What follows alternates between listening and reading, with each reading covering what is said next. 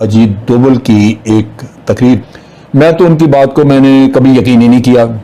मैं वैसे भी पाकिस्तान की किसी बात पे यकीन नहीं करता। बमशेल ये है कि इनके अजीत डोभाल साहब जो हैं वो सिक्योरिटी एडवाइज़र हैं इंडिया के, वो ये दावा कर रहे हैं अपने इस क्लिप में कि मेरी पाकिस्तान के यहाँ पे 15 से 20 जो है लेफ्टिनेंट जनरल्स हैं, 15 से 20 सिक्योरिटी ऑफिसर्स, फिर कहते हैं lieutenant generals and over and above. In last 12 months, I have met at least 15 to 20 top Pakistani security officials with the rank of Lieutenant General and above in different places and others. But I don't believe them, as I have never believed many Pakistanis. Bharat जाएंगे, लेकिन भारत के अपने मकासद थे। भारत ने उन लोगों की ज़हन साजी करनी थी पाकिस्तान के खिलाफ, चुनाचे वो इतनी नफरत दे दी, उन लोगों के जहनों में भर दी कि नतीजा ये हुआ कि वो अगर एनडीएस में गए, उनकी इंटेलिजेंस में गए हैं, तो वहां भी पाकिस्तान से नफरत।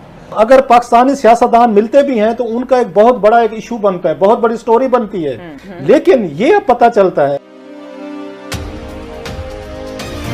हेलो दोस्तों, जय हिंद। आप सभी का स्वागत है हमारे यूट्यूब चैनल इमो प्लैनेट पर।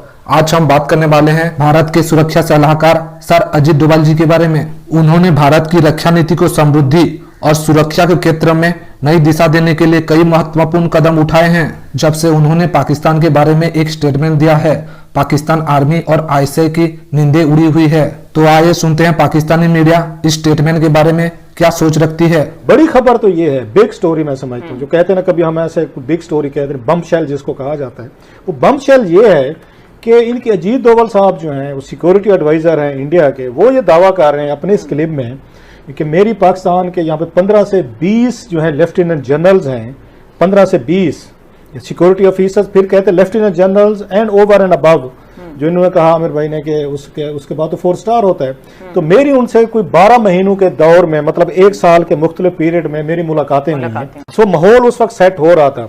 अब इस बैकग्राउंड में ये चीज सामने आनी अजीत डोभाल की कि मेरी उनसे मुलाकातें हुई हैं जो पाकिस्तान की तरफ से कभी अनाउंस नहीं की गई, और अगर मुलाकातें हमारे लेफ्टिनेंट जनरल्स ने की हैं तो definitely GHQ might be on board, वो ऑन बोर्ड होंगे। और उसमें जो बता रहे हैं कि उनके साथ हमारी जो उस पर डिबेट हुई है, दैट्स वेरी इंपॉर्टेंट। वो ये बता रहे हैं कि हमारी वहाँ डिबेट हुई है और एक उनके साथ पाकिस्तानी जर्नलों के साथ, अजीत डोभाल कह रहे हैं, उसमें हमारी अजम्पशन जो थी, अजम्पशन है, उन्होंने लफ्ज यूज किया इसमें क्लिप में, ये थी कि ये अगर तालिबान आते हैं पाकिस्तान और यहाँ से अमेरिकन चले जाते हैं, उसके बाद का सिनेरियो बता रहे हैं वो कि अमेरिकन विड्रॉल के बाद यहाँ तालिबान अटैक करते हैं तो फिर सिनेरियो क्या होगा। सो अगर पाकिस्तानी सियासतदान मिलते भी हैं तो उनका एक बहुत बड़ा एक इशू बनता है, बहुत बड़ी स्टोरी बनती है, ताने मिलते हैं उनको, वो चाहे बेनजीर भुट्टो हो, चाहे नवाज शरीफ हो, और कल को इमरान खान साहब को भी मिलेंगे इनकी बारी के आने पे कुछ चीजें हैं। लेकिन ये अब पता चलता है, जो मैं बार बार रिपीट कर रहा हूँ, इस पे देखते हैं कि आईएसपीआर इस पे क्या अपना रिएक्शन देता है, जीएचक्यू इस पे क्या रिएक्शन देता है। नॉलेज में है कि 15 डीब्रीफिंग हुई है कि 15-20 के दरमियान लेफ्टिनेंट जनरल बहुत बड़ा नंबर है। Number, it's a big number कि पाकिस्तान के 15-20 lieutenant generals, again we are assuming, उसने तो नहीं कहा, लेकिन हमारे टेलीविजन चैनल्स पे चर्चा रहा एक वीडियो का, जो कि भारत के national security adviser Ajit Doval की एक तकरीर पे थी, एक एड्रेस था। तो उसमें उन्होंने कहा, तो उनकी बात का पाकिस्तान के ये जो जनरल वगैरह मुझे बताते थे, जिन्होंने बताया, मैं तो उनकी बात को मैंने कभी यकीन ही नहीं किया। मैं वैसे भी पाकिस्तान की किसी बात पे यकीन नहीं करता। उसने कहा कि हम हथियार अच्छे दे सकते हैं, ट्रेनिंग भी करा सकते हैं, लेकिन किसी को अगर उसके अंदर जंग लड़ने की ख्वाहिश नहीं, तो वो तो हम नहीं दे सकते उसको। तो मैंने बड़ा जिम्बाब्वे के ऑफिसर्स को, मिलिट्री ऑफिसर्स को बड़ा समझाया किया। मैंने कहा पाकिस्तान में आप आए, हमारे ये अदारे हैं, हम इस तरह की ट्रेनिंग कराते हैं ये। तो मैं देखा कि वो जो कंडक्टिंग लेडी थी मेरी, वो थोड़ा मुस्कुरा रही थी।